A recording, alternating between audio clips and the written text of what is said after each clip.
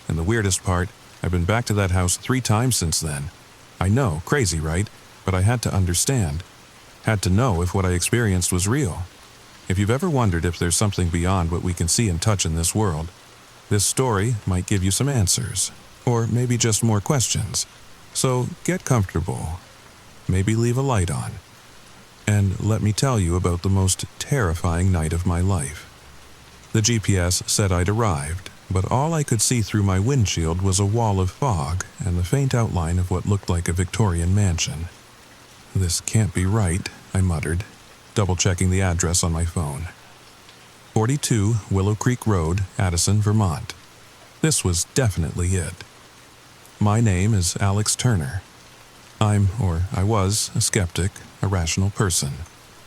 I'd just landed my dream job as a historical researcher for a documentary series, and my first assignment was to spend a weekend at the Blackwood Estate, researching its history for an upcoming episode on America's most haunted houses.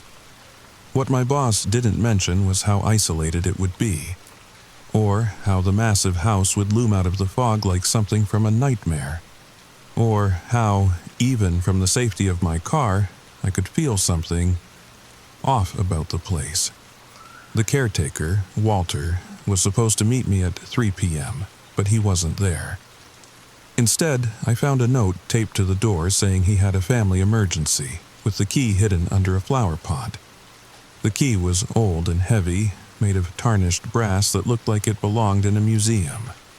The foyer was dimly lit by the gray afternoon light filtering through dusty windows. "Hello?" I called out, more out of habit than expectation of a response. My voice seemed to be swallowed by the silence, leaving no echo. When I tried the lights, nothing happened. Of course, I used my phone's flashlight. Noting the battery was at 47%, I'd have to be careful. In the kitchen, I found a manila envelope with my name on it, containing a hand-drawn map of the house and a note from Walter explaining that the power could be finicky. The breaker box was in the basement. He also mentioned that the 3rd floor was off-limits due to structural concerns. My stomach growled, reminding me I hadn't eaten since a hasty lunch hours ago. I needed to find that breaker box. The basement door was located off the kitchen. When I pulled it open, a rush of cold air swept up from below, carrying with it the smell of damp earth and something else. Something that made the hairs on the back of my neck stand up. The temperature dropped noticeably with each step I took down the creaking stairs. By the time I reached the bottom, I could see my breath forming small clouds in the beam of my flashlight. I found the breaker box and began flipping switches. As I reached for the last switch, labeled simply 3rd floor, a cold draft brushed against the back of my neck, like someone exhaling softly against my skin. I whirled around, my flashlight beam cutting through the darkness, but nothing was there. Just silent rows of shelves and shadows. As I put my foot on the first step to leave, I heard it. Soft humming. A simple, childlike melody from the far corner of the basement. "Hello?" I called again, my voice embarrassingly unsteady. "Is someone there?" The humming stopped abruptly. I practically ran up the stairs, slamming the door behind me. By the time I finished my self-guided tour of the 1st floor, dusk had fallen. I made myself a simple dinner, then sat at the kitchen table to review the historical documents Walter had left. The Blackwood Estate was built in 1876 by lumber baron Thaddeus Blackwood for his young bride, Elizabeth. The couple had 3 children, but only one. A daughter named Virginia survived to adulthood. 2 sons died in tragic accidents. Thaddeus himself died in 1899 of what the papers delicately referred to as melancholia. The last page was different. A newspaper article from 2010. The headline read, "Local teen missing after Halloween, dare at Blackwood Estate." According to the article, a 17-year-old boy named Jason Miller had been dared by friends to spend Halloween night alone in the supposedly haunted house. When his friends returned to pick him up the next morning, he was nowhere to be found. His final text message, sent at 3:17 a.m., read simply, Something is in here with me. I can hear it breathing. I pushed the article away, suddenly regretting having read it as night fell. Outside the kitchen windows, darkness had settled completely. In the reflection of the window above the sink, I could see myself sitting at the table, but I could also see someone standing in the doorway behind me. A dark silhouette, perfectly still. Heart pounding, I spun around to face the empty doorway. There was no one there. I decided it was time for bed. According to the map, the master bedroom was on the second floor. The wooden steps creaked rhythmically beneath my feet as I climbed the stairs, almost like they were playing a melody. The master bedroom was larger than my entire apartment back in Boston. A massive 4-poster bed dominated the space. After a quick shower, I turned out the bedside lamp and slid under the covers. I stared up at the darkened canopy above me, listening to the absolute silence of the house. Just as I was beginning to drift off, I heard it. A soft creak, like someone placing their weight carefully on a floorboard. Then another, and another. Slow, deliberate footsteps moving down the hallway toward my room. I lay perfectly still as the footsteps stopped directly outside my door. The brass doorknob began to turn slowly, the mechanism inside it clicking softly.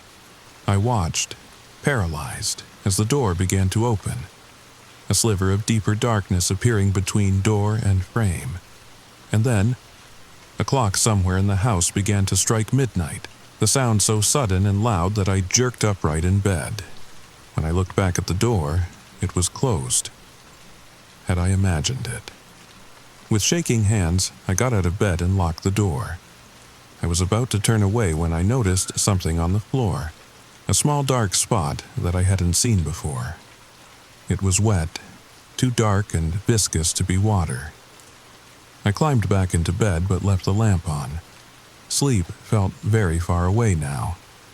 I picked up my phone, hoping to distract myself, but there was no signal. As I set the phone back down, the lamp beside my bed flickered once, twice, and then went out, plunging the room into darkness. The pitch blackness was absolute. I fumbled for my phone, the screen's blue glow providing just enough light to see the outlines of furniture. I was about to set my phone down when a notification banner slid across the top of the screen. A text message. But that was impossible. I had no service. I opened the message. It was from an unknown number. Don't go to sleep. As I stared at it, another one appeared. It comes at 3:17. Before I could decide what to do, a third message appeared. Look under the bed. Another notification. I can hear you breathing. I threw the phone down as if it had burned me. When I picked it up again and pressed the power button, nothing happened. The battery, which had been at 30%, was completely drained. In the new darkness, I became acutely aware of the silence again. No, not silence. There was a sound. Breathing. Not my own. It seemed to be coming from under the bed. This is ridiculous, I whispered to myself. You're a grown adult. But the breathing continued.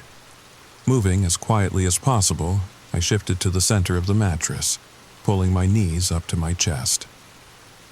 Eventually, exhaustion began to overcome terror. My eyelids grew heavy despite my best efforts to keep them open. Just as I was about to lose the battle with consciousness, a new sound cut through the darkness. A child's laughter, high and clear, coming from somewhere down the hallway. The laughter came again, followed by the patter of small running feet. Then a door slammed, the sound echoing through the house like a gunshot. With trembling hands, I reached for the bedside table drawer and found a heavy metal flashlight. I unlocked the bedroom door and stepped into the hallway, sweeping the beam in both directions. "Hello?" I called out. "Is someone there?" No response, just the echo of my own question fading away. I began moving down the hallway, testing each door as I passed. Most were locked, but the third one on the right opened when I turned the knob. It was a child's bedroom, frozen in time. A small bed with a patchwork quilt. a rocking horse in one corner, a collection of porcelain dolls on a shelf, their painted eyes seeming to follow me. I backed out quickly, closing the door behind me. As it latched shut, I heard it again. The child's laughter, now coming from the floor above. The third floor. The floor Walter had explicitly told me was off limits. I turned to head back to the master bedroom when a cold draft brushed past me, carrying with it a whispered word that sounded like my name. "Alex!" "Who's there?" I demanded, my voice cracking. The whisper came again. "Alex, come play with us." Us, not me. Us. At the end of the corridor, where I was certain there had been a blank wall before, was a door, a narrow door, barely the height of an average adult, with a curved top. It was slightly ajar, a thin line of pale blue light visible in the crack. Step by step I approached it, the floorboards creaking beneath my weight in that same rhythmic pattern I'd noticed earlier. It almost sounded like they were spelling out a word with each creak. Come, come, come. When I reached the door, I hesitated, my hand hovering near the tarnished brass doorknob.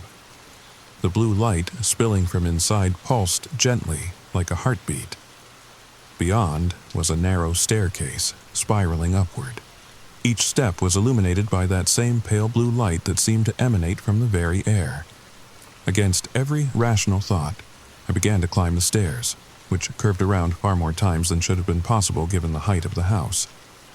I felt like I'd been climbing for hours, though my watch showed only minutes had passed. Finally, I reached the top. Another door, identical to the one below, stood closed before me. Before I could decide whether to open it, it swung inward, seemingly of its own accord. Beyond was a long corridor with the doors painted different, vibrant colors lining both sides. All were closed except for one, halfway down on the left. It was painted a cheerful yellow, and warm light spilled from the open doorway. Again, that child's laughter echoed down the hallway, now clearly coming from the yellow room. I approached cautiously. Unlike the rest of the house, this room was bright and modern. It looked like a teenager's bedroom from today, not the 1800s. Posters of current pop stars on the walls, a laptop on the desk, a smartphone charging on the nightstand. Sitting cross-legged on the bed was a boy of about 17, with dark hair and pale skin. He was focused intently on a handheld video game console.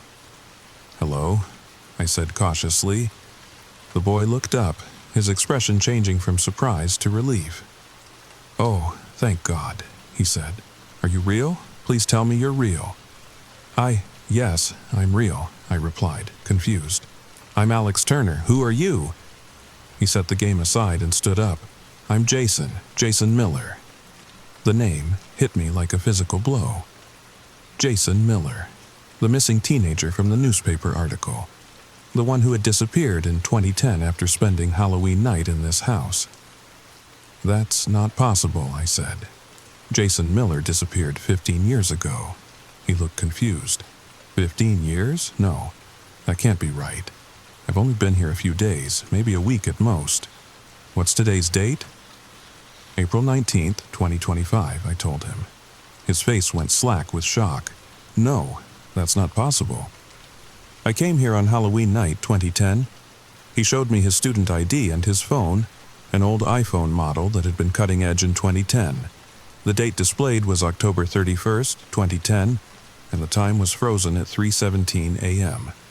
"What happened that night?" I asked. "It was a stupid dare," he explained. "My friends and I were always exploring places we shouldn't. They dared me to spend Halloween night alone in the haunted Blackwood estate. Everything was fine at first. I was texting jokes to my friends about the creepy furniture. Around midnight I started hearing things. Footsteps. Whispers." He continued, "Around 2 a.m. I heard a child laughing. I followed the sound upstairs and found a door I hadn't noticed before. A small door with a curved top. I found this room. It felt safe compared to the rest of the house. So you decided to stay, I guessed. Just for a little while." I texted my friends one last time at 3:17, telling them something was in the house with me. Then my phone died. When it turned back on, it was stuck like this, frozen in time. According to Jason, he'd tried to leave, but the door would lock behind him. Sometimes it would open again, allowing him to explore the weird hallway with the colored doors. "Have you seen anyone else up here?" I asked. I keep hearing a child laughing. "Her? Yeah, I've seen her. A little girl in an old-fashioned dress. I think she's the one who brings people up here." Jason told me about a journal he'd found in one of the rooms that belonged to Elizabeth Blackwood. After her sons died, she believed the house itself had taken them, that it was somehow hungry. She wrote about hearing her dead children's voices in the walls and doors appearing where there weren't doors before.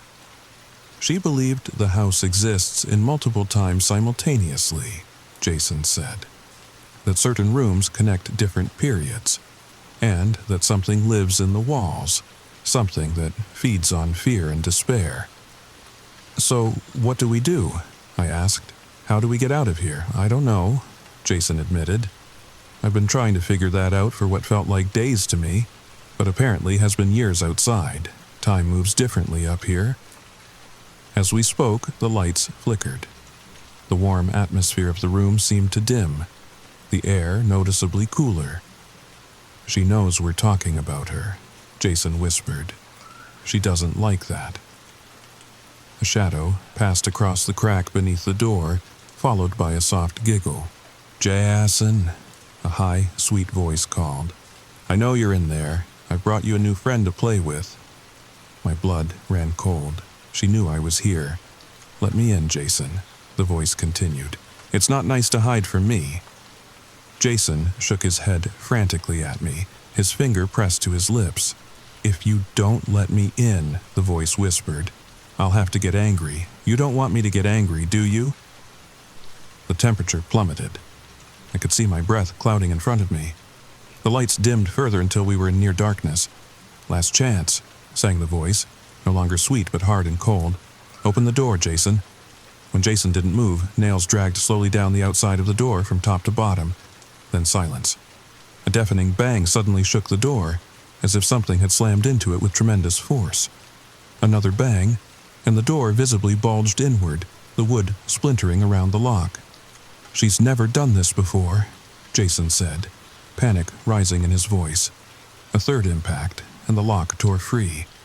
The door flew open, but there was no little girl, only impenetrable darkness that began seeping into the room like black smoke.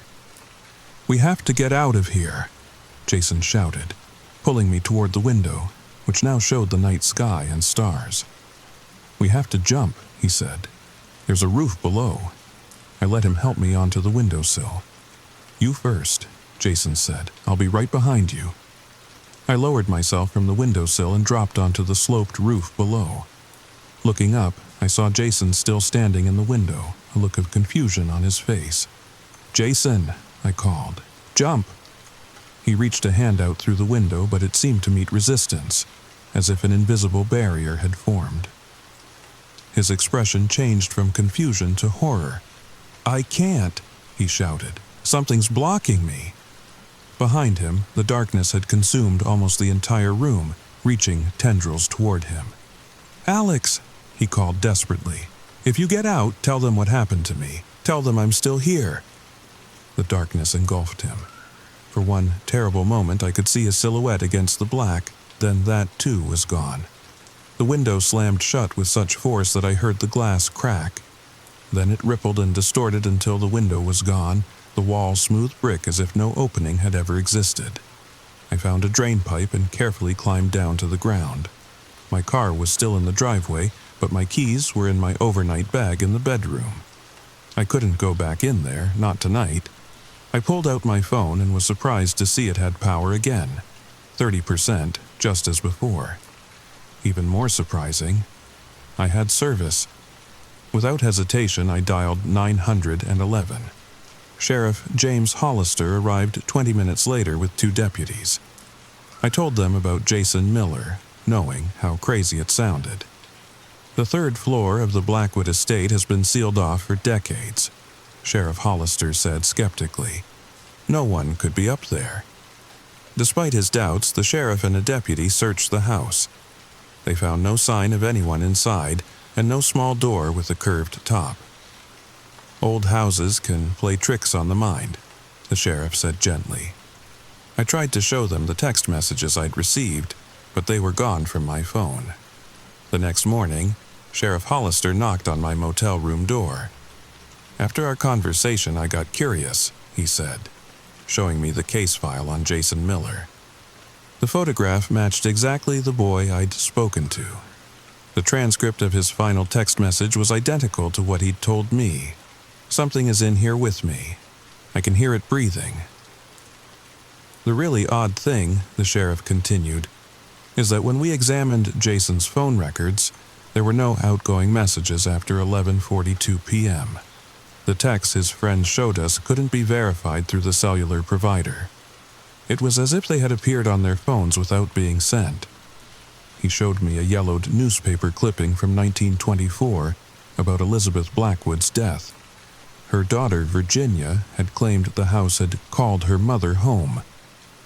3 months later, Virginia was committed to an asylum, insisting that her mother wasn't dead but trapped in the house, along with her brothers.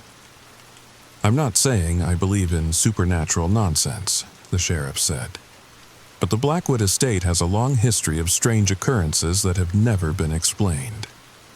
I returned to the house one last time, weeks later. In daylight, it seemed almost charming. I searched for the small door but found only solid wall. Walter confirmed there was no such door, though he admitted in a whisper, "Sometimes I hear children laughing, and I know I'm alone in the house." As I was leaving, I noticed something on the entry hall table that hadn't been there before. A small, tarnished music box. The same music box from Jason's room. With trembling fingers, I opened it. A simple melody began to play. The tune the child had been humming. Inside the lid, scratched into the metal, was a message. "Don't forget about me." I've kept the music box locked away. I never returned to the Blackwood estate. I quit my job, unable to explain what had happened. But I haven't forgotten Jason Miller. I've been researching cases of missing persons connected to old houses around the country, finding dozens with similarities to Jason's disappearance. People who vanished without a trace after reporting strange phenomena. I don't know if there are other houses like the Blackwood estate out there. Places that exist partially outside normal reality. Places that can trap people between moments, feeding on their fear. But I do know this: if you ever find yourself alone in an old house, and you hear a child's laughter when there should be no children, if you discover a door that wasn't there before, if the silence feels like it's listening to you, get out. Get out immediately. And don't look back, because sometimes the monsters aren't hiding under your bed or in your closet. Sometimes the monster is the house itself. And it's always, always hungry for more. So now I have a question for you. Have you ever felt like a building was watching you? Have you ever heard unexplainable sounds in your home at night? Share your experiences in the comments below. And if this story kept you on the edge of your seat, make sure to like, share, and subscribe for more tales that will keep you up at night. There are so many more stories out there waiting to be told. Some of them might even be about places you know. Sleep tight tonight. And maybe check under your bed before you turn out the lights. Just to be sure. Now, listen the whispers and make a decision whether we are going to cooperate with the whispers or we just want to skip them. But actually, no one can skip these whispers. If you walk away from them, they will run towards you until they reach you. They confront you, make you pay, make you suffer the same thing they suffer. There is no escape from them. If you want to escape, help them, so they can have peace, and you also can have it. Help, or you will ask for help soon. So, the end of today's video has arrived. Share your personal horror experiences in the comments. Also, comment the part of the story that you find the most horror and terrifying. If you like this video, leave a like, share, and subscribe to this channel. Also, ring the bell icon so you don't miss the upcoming videos. Remember, don't run from whispers, because they follow you. They know you. They want you to listen, just confront them. Now, sleep well, or should I say, have a haunted night.